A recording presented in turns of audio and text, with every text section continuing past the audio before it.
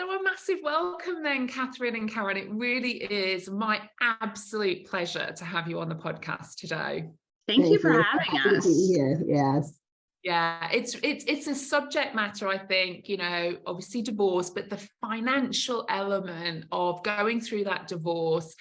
I mean, it's like another layer, isn't it, to everything you're going through. So can you just give all of the listeners a bit of background? Because I always think this is really, really interesting. What brings somebody to do this kind of work, around divorce, around finances, etc. What brought you both to this line of work, and why are you both so passionate about helping people have this positive approach to going through their financial negotiations in divorce? I got divorced 12 years ago, and I was married to a narcissist for 23 years, and I was a financial planner. And for me, I was scared going through the process, even though I wasn't scared about the money part. It was just the whole process itself, separating because I wanted to and doing all that, the abuse that I would get for that. But my agreement in itself did not protect it. So a few years ago, because of who my spouse was, I ended up back in the courtroom again over something. And it was because my agreement didn't have the language in it.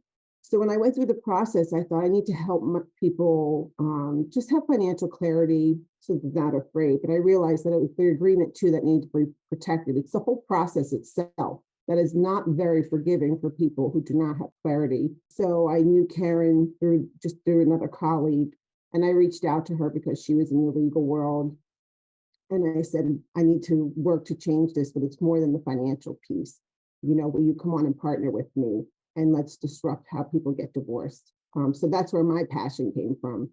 Yeah, so important and such valuable work. It really, really is. And how about yourself, Karen? What brought you to this? Yeah, well, Catherine's invitation brought me to this, but I've always had a heart for really helping people have resources to be the best in whatever situation they were in. So when she brought me the invitation, I welcomed it because I too had went through a highly challenging divorce. Most of mine was custody related. I guess it wasn't financial related because I just didn't know financials and I just trusted the attorneys. I worked at a law firm, so I essentially had the best attorneys available to me. And most of us, and I'm just going to put us all in a bucket when we're going through the divorce or a divorce, we're just emotionally charged. And I was too. And even though maybe intellectually I could have separated that that's not really how a divorce ends up, and that doesn't get you anywhere. Your emotions lead you. And so when Catherine invited me to this, we really had good conversations about helping people kind of dissect their emotions from the actual transaction and the actual decisions that they have to make. And we've been doing it for 6 years. I too ended up in court after my divorce. Again, my agreement was terrible. Because my attorneys where I worked, in the county where I worked, I knew them personally. They still were driven by my emotions, and my emotions led the way. And they just created agreements and advocated for me from my place, not their place of leadership. That's a really important point, isn't it? I think you make there that, going through any divorce is meant to be that, one of the most traumatic life experiences that we can go through. And like you say, we're not only, once we're going through that divorce process, dealing with this emotional turmoil. And, that's a lot of the stuff I deal with, that nervous system dysregulation, but the children's side of it, contact, but then this financial element, and it can seem really scary. And I know, when I was going through my divorce from a covert narcissist, I didn't really have any money. I didn't know what to look for. I didn't know what I was doing at all. And I felt really, really scared because I felt like I was getting older, but I could see all of the assets that we didn't really have diminished before my eyes, and then thinking, well, how am I going to live the rest of my life? How am I actually going to survive? And I love the fact that it's this leadership element, isn't it? Because I must have been with my lawyer at the time, this emotional wreck. And sometimes I remember getting bills for like, you know, £125, like $160, purely because I called her just for some reassurance, for instance, as opposed to that leadership element. So, you know, talk to us a bit more about how do you manage to do that then in separating, when you work with people, their emotions, but actually factually with what is needed for them to get the best results possible? Well, you know, leadership comes with confidence, right? And unfortunately, with your audience, we tend to go towards where the most comfort is, and that is your kids. You're used to taking care of your kids and controlling that part of it, and you're used to being a leader there. And unfortunately, the flip side to that is your spouse then controls you with the money aspect. So they'll interchange the two, you know, so they'll barter their children to get the money. So where do you ever have any confidence or leadership for yourself when you don't have any confidence? So you need to really start with clarity of your financial estate. And that doesn't mean that you need to understand it all. And it doesn't mean that you have to have every document that you think is missing. It doesn't start there. It starts with just starting to get the documents, and we help you access that. Because you can't do anything, you can't move forward, you can't get a good parenting plan, you can't work with Caroline if you don't have any kind of confidence in yourself, right? And so, yes, you can help them build that emotionally, but it really starts with actually just looking at documentation. I always say if it has a number on it, just grab it. Just grab a copy of it. I don't even care if it's dated, whenever it's dated for, because just Can I just ask with that? Because I'm kind of taking myself back here, and I'm wondering, like, if my listeners are doing the same here. Even you saying documents and stuff, I buried my head. How do you navigate that person that is this in emotional turmoil? Because I know if I'd have spoken to you and you'd have said, find some documents, so to speak, or go and find these, I'd have probably literally gone into this freeze response and buried my head and just thought, please just let it all go away, let it all be all right, and I don't want to do anything, kind of thing. How do you navigate that? How do you help somebody? Because I know there will be many listeners right now probably feeling that either the same as I felt when I was going through it, or are going through it and being bombarded maybe by attorneys who don't have your level of understanding. And it's really, really scary. How do you help somebody navigate so that they feel safe to actually do this work and find those documents as well? Oh, that is, Carolyn, that is the essence of our process and our product. So when Catherine and I put together the divorce preparation platform, we knew that emotions needed to be acknowledged. And that's really something Catherine is really front and center about, because she's just really good at that. But there also needs to be a ton of structure, step by step. So when people come to us, yes, they're overwhelmed, they're out of their mind, but we take it and we say, okay, we hear you. And the very first thing you're going to do is fill out a background form. Nothing else until you talk to us. And then you're going to talk to us. And then the next step, you're going to do your income and expense. That sometimes, most of the time, is very interesting, because people come to us and it's almost like a confessional.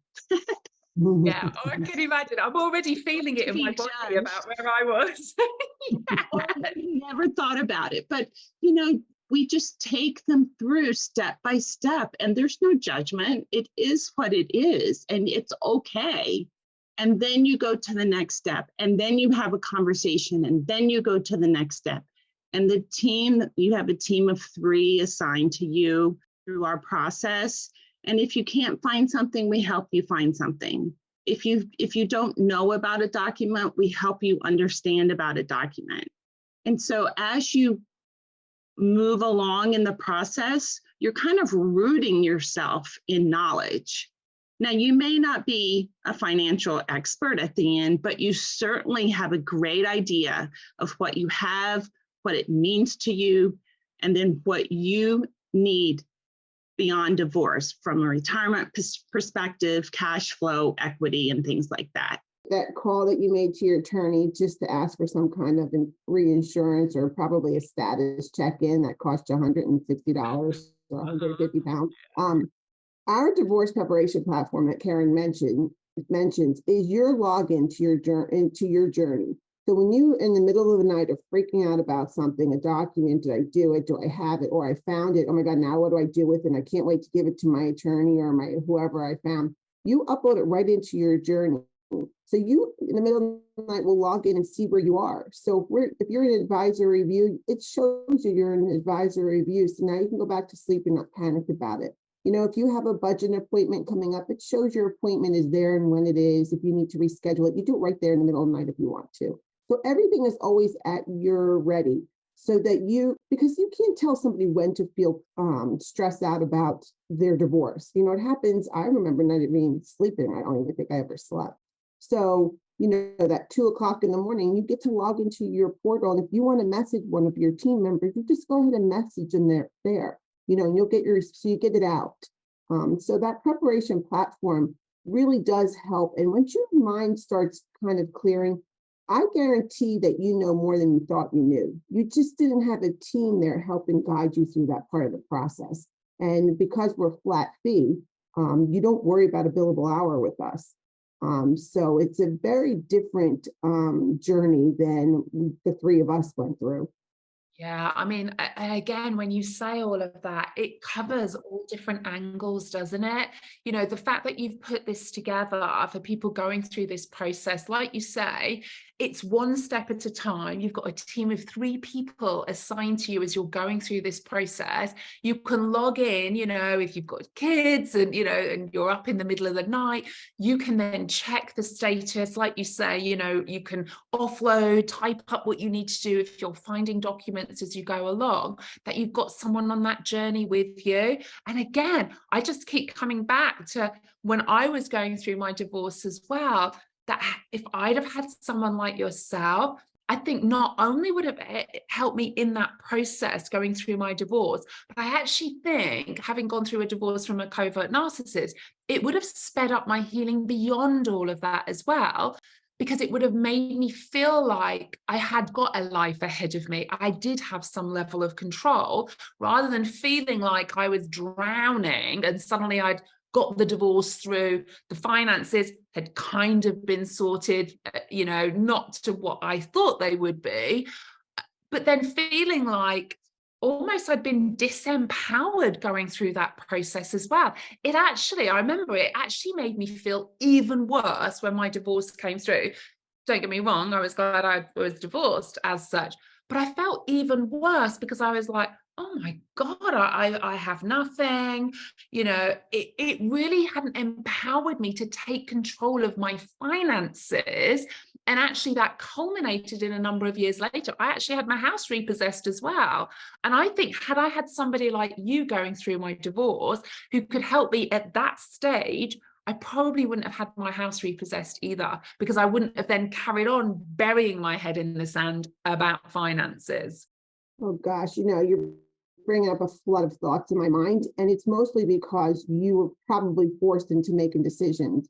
Yes, you know, when you're absolutely. married, Yeah. right? And unfortunately, you're forced by your own team, which really frustrates Karen and I on a daily basis. Because when you're married to somebody of your spouse's caliber, or to your audience's spouses, you're used to them just making you feel like you're the crazy one, or making you feel like you're the one that doesn't know anything.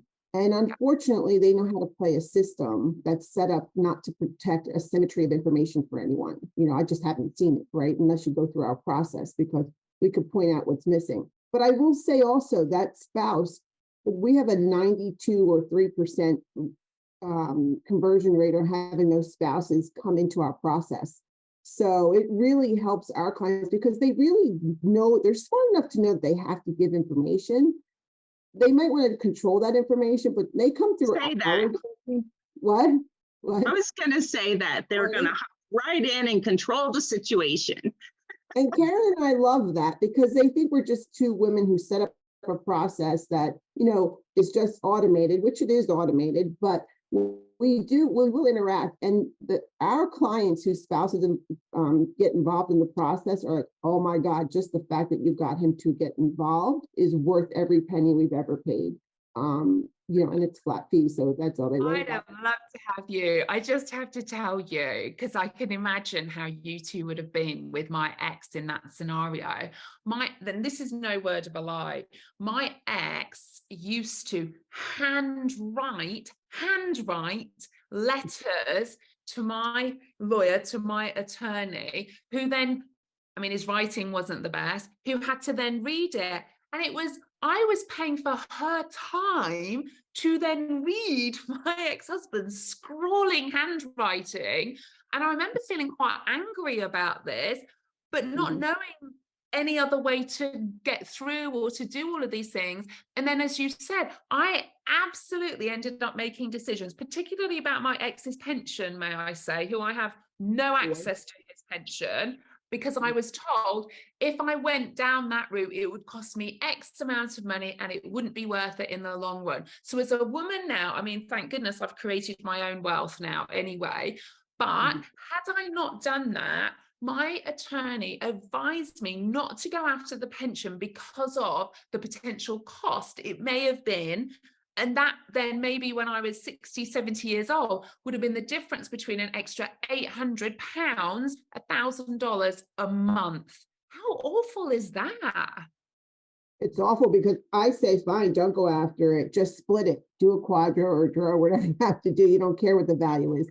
But, that's a one-off negotiation that Karen and I talk about all the time. You can't negotiate away a pension because it's going to cost something. It might cost you something.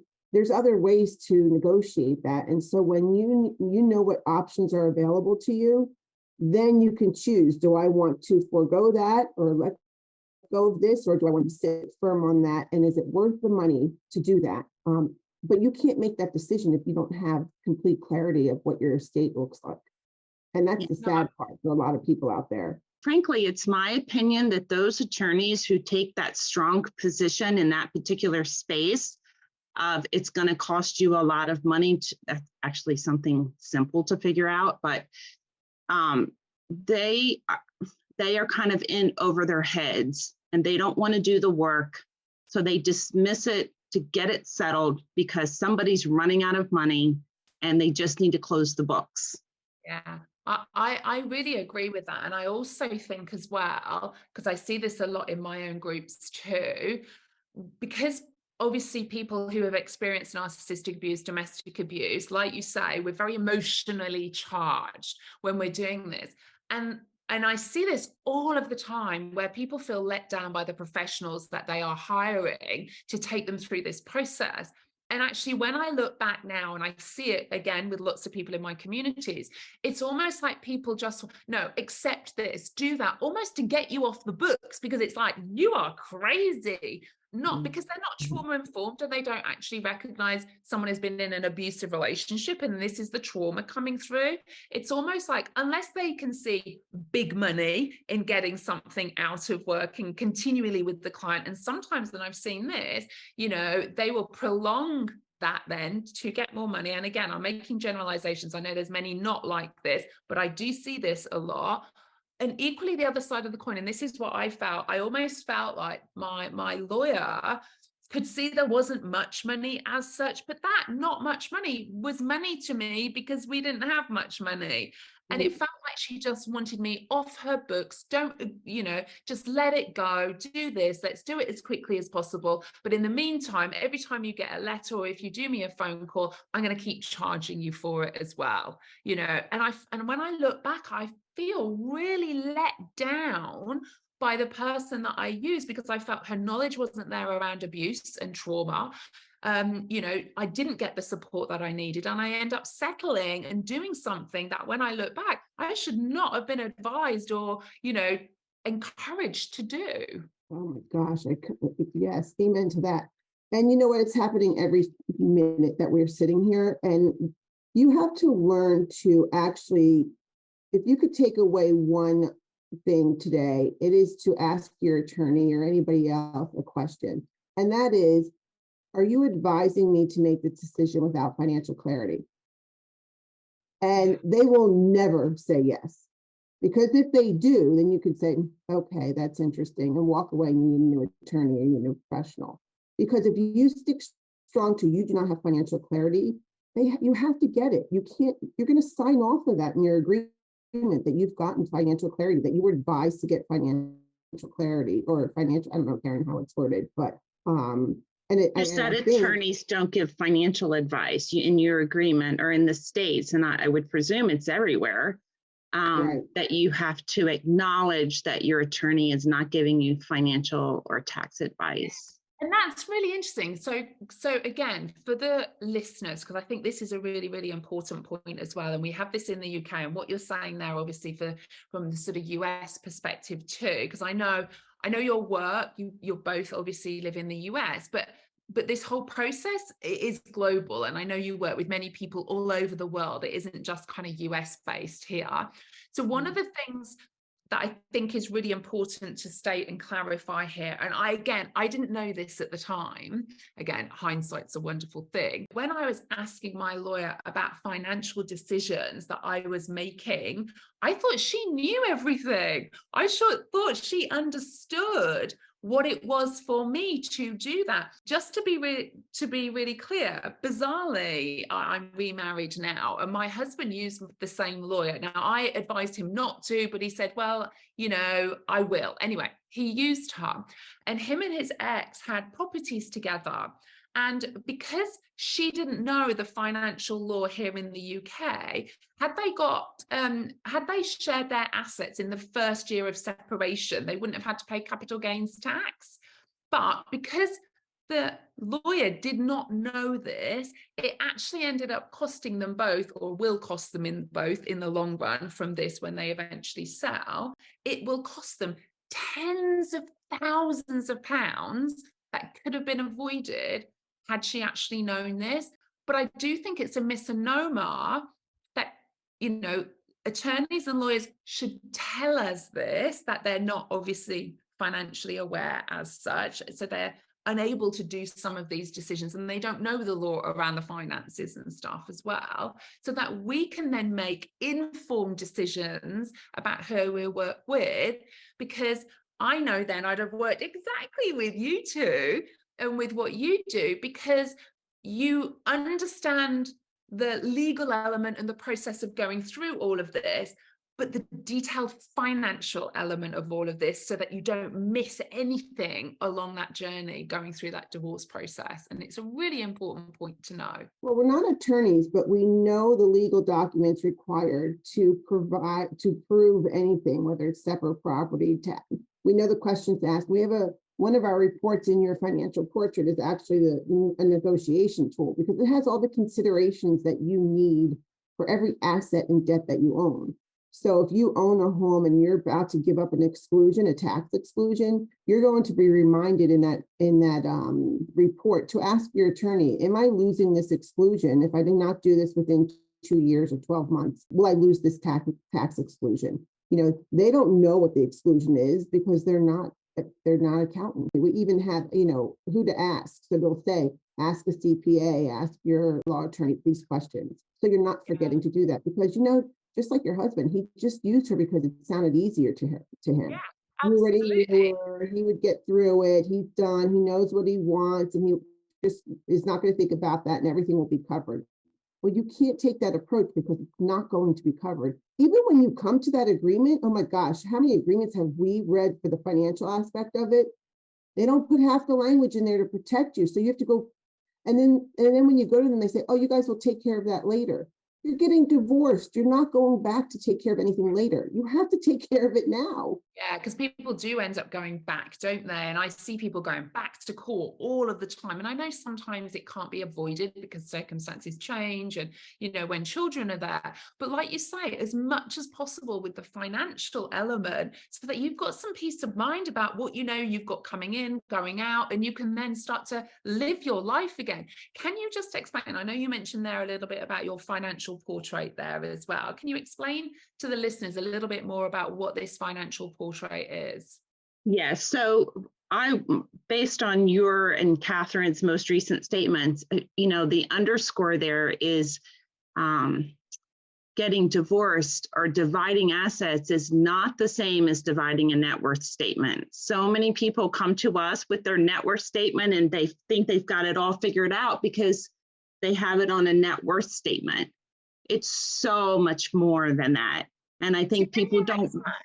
Can you explain that? Because again, I know people listening go, what? Yeah. What is a net worth statement? I don't even know. Okay. Can you explain that as well?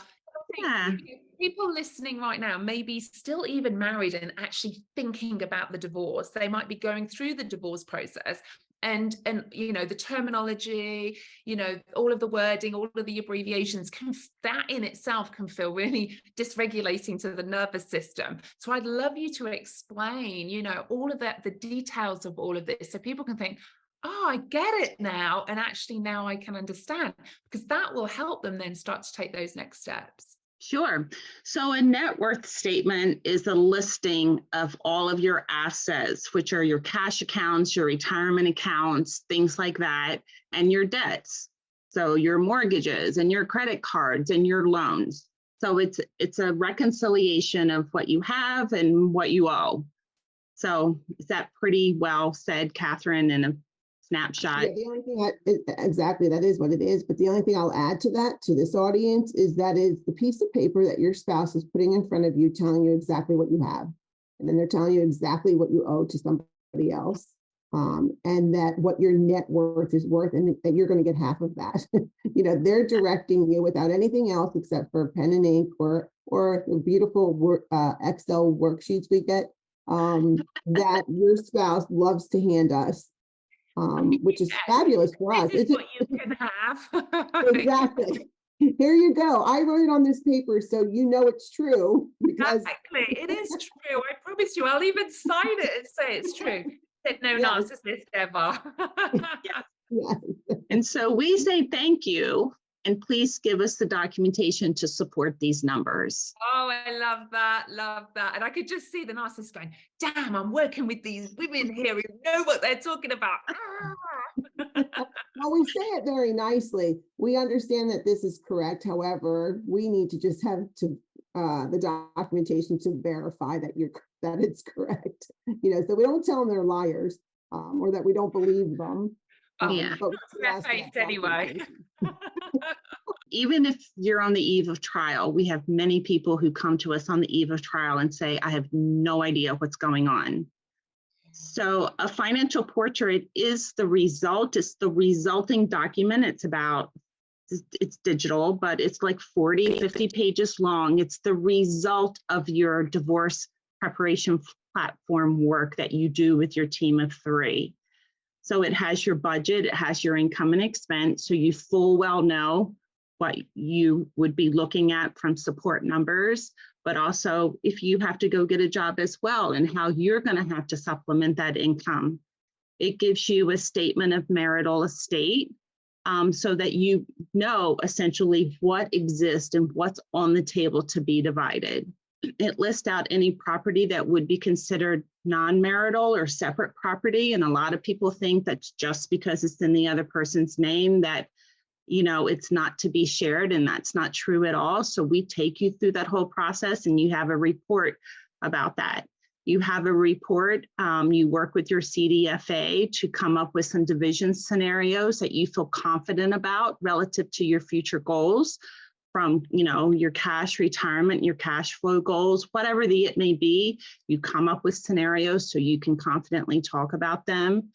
And then, like Catherine had mentioned before, that table of recommendations and considerations takes every asset and every debt and multiple considerations, even beyond assets and debts, for you to think about when you're negotiating, so that you have a really good result and you're confident in the financial piece of it. You take that document with all the documents you gave to us in the portal that's inventoried, organized, tagged, so that no matter where you go, to an attorney, a mediator, a forensic, a real estate person, your mortgage advisor, whoever it may be, is all working from the same documents. Yeah, they make a lot of statements there. But then from that statement, so you have a home and you have some retirement accounts, you have some investment accounts, you have some credit card debt, personal loans, school loans, whatever it may be. People don't understand that equity is not the same as cash, is not the same as retirement funds. A balance in a retirement account is not the same as the number of shares. So we help people understand the impact of if you keep the house and give up a retirement plan. What is the impact? Because it's not an equal division or an equitable division. So that's what we mean when we say dividing a marital estate is much more than a net worth statement, because there's factors to every asset and debt that you're dividing that has either a positive or a negative financial impact. Yeah, because if someone has a house, there's going to be growing equity, for instance, and then the pensions. So yeah, I mean, that makes total sense with all of that. And I think, one of the things that came up for me then when you were talking there, Karen, was, many of the people in my community have been the victims of financial abuse. I had a lady that I worked with a while ago. She was in her 60s. She'd been married, 35 plus years. She'd never had anything in her name. She was struggling to even get a mobile phone at this stage because she had no credit, because there was nothing there. How do you help and support somebody that maybe comes to you and, even this language about shares and pensions, they don't even understand any of that. How do you navigate that person who literally is at rock bottom and has no clue even about finances and what to even go and collect and what to get? Because I know there will be many like this where, a narcissist do this with financial abuse and it can look very nice on the surface. Don't you worry about it. I'll pay for this. I'll put this in my name. Don't you worry. If you need anything, just ask me for the money. But they don't actually have any accounts, anything in their name at all. So sometimes they don't actually know what net worth assets they have because they've never been told, or only told what they, were meant to be told by the narcissist because of the financial abuse. Yeah, well, it's never too late to change your relationship with money. And I would say the first thing you need to do is go get a credit card. Go get a credit card in your name. If you have to use a PO box or somebody else's address, if you could do that, do that. Because you will need money to get divorced. Unfortunately, it's not free. If you have any kind of assets, but just getting a credit card while you're still married, I think you could use the total household income still to get approved. So I would do that first. And what I love about our process is that we start with your budget, which is your lifestyle analysis. And it's a hard task, but a simple task. I hate budgeting. Karen's our pro at that. Love it. She loves it. She loves it. But what I love about it when she does it with somebody or anyone in our team does that is that you just get you thinking about your life, and what it is. And some people don't even know they have a water bill if they have one. And some people don't understand that, there's a mortgage on your house, that you have taxes that you're either paying through your mortgage or you're paying it separately. They don't know the ins and outs every day, but it starts the thinking process. You don't have to know your whole marital estate to start changing your relationship with money and even getting some confidence. So even if you're like me and you don't want to live on a budget, at least I know how to think about a budget, right? And I'm a financial person and I know that I have to pay my water bill. I know those little things. So I'm pretty confident on what the house would take. So just starting there, I think, is what I love about our journey into your independent life, is just starting with the basics. Yeah, I love that. And I think, I just wish there had been, people like you when I was going through my divorce, and, knowing that you just seem to have the balance right with all of the knowledge, but the way you're portraying that and verbalizing that is in a soothing, loving, it's like you're wrapping people up in a gorgeous hug, but for the nitty-gritty stuff about the finances as well. And that is what I know people in my community really need. They need that nurturing. They need somebody who's going to understand that they've been through trauma, but equally the knowledge that is going to, like you said, that is going to guide them through to get the results that, you know, legally that they are entitled to get wherever they are in the world, as well. They really are. Do you know what? Don't bury your head in the sand like I did. Everybody, once I took my head out of the sand and made phone calls and spoke to people and explained my situation, I cannot think of anyone that made me feel shame than the shame I was feeling in myself.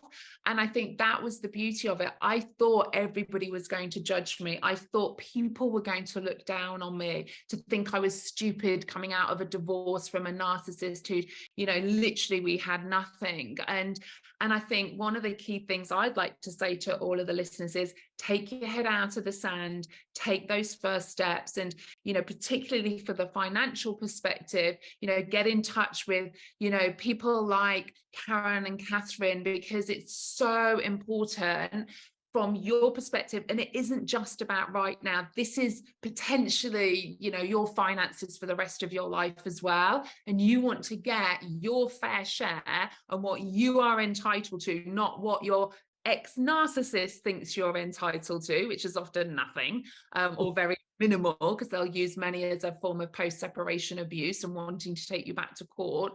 So I just think what you do is so important. And, you know, having known you now for a while and know how you work and how wonderful you are, not just in the knowledge that you have, but the human beings that you are as well, to help and support, you know, people going through this process. I just think it's really important. So how can people get in touch with you? We're going to put the link obviously for the financial portrait in the show notes. How else can people get in touch to see whether or not maybe there's a good fit for them to work with you or to follow you or anything? How do they get in touch? So our website is really the key place to learn about us, to take an assessment, to schedule a free call with us. It's the website is www.mydivorcesolution, just one, no plural.com, mydivorcesolution.com. We also have an online community that is you can sign up for free. Most of our clients, past clients, other divorce professionals are there just to provide tons of resources and communication there financially about divorce. We have an online course. We're on all the social media channels, Facebook, Instagram, LinkedIn, Twitter. Yeah, we look forward to meeting you there. Yeah, it is. It's important, I think, like you say, just not to bury your head. You know, even if you're silent lurkers and go and follow these amazing ladies, it just makes a difference. Those little steps will make you start to think, actually, it's bad, but maybe it's not as bad as you think it is. And you'll only know that when you start to gather information and facts and bring all of that evidence together. So thank you so much for joining me today. I just think, you know, and we've already, before we even came on camera, we were saying, you know, there's another podcast in here. So watch this space, because it is a subject, you know, that I think is really, really important. And I love the fact, you know, obviously the title of the podcast is that creating that positive approach to financial negotiation, because you bring that into this. It might be a really negative situation, but you can bring that positivity out of this and help people, you know, really make a difference now for the rest of their life as well. So any parting thoughts or anything else either of you would like to say to the listeners today? We definitely have another podcast in here, because I could talk forever about this. It does matter how you start. And, you know, when your spouse is telling you that they'll take care of everything and that they'll do this, you need to take care of yourself. And like I said before, it's never too late to change your relationship with money. And the best way is through financial clarity. So if you can turn your focus into knowledge and away from fear, you will be able to move forward and make the rest of your life the best of your life. Parting words for me is just be confident about taking one step at a time and taking very informed, intentioned steps and being in that place and knowing that the next step will get you further down the road, but you don't have to figure it all out today.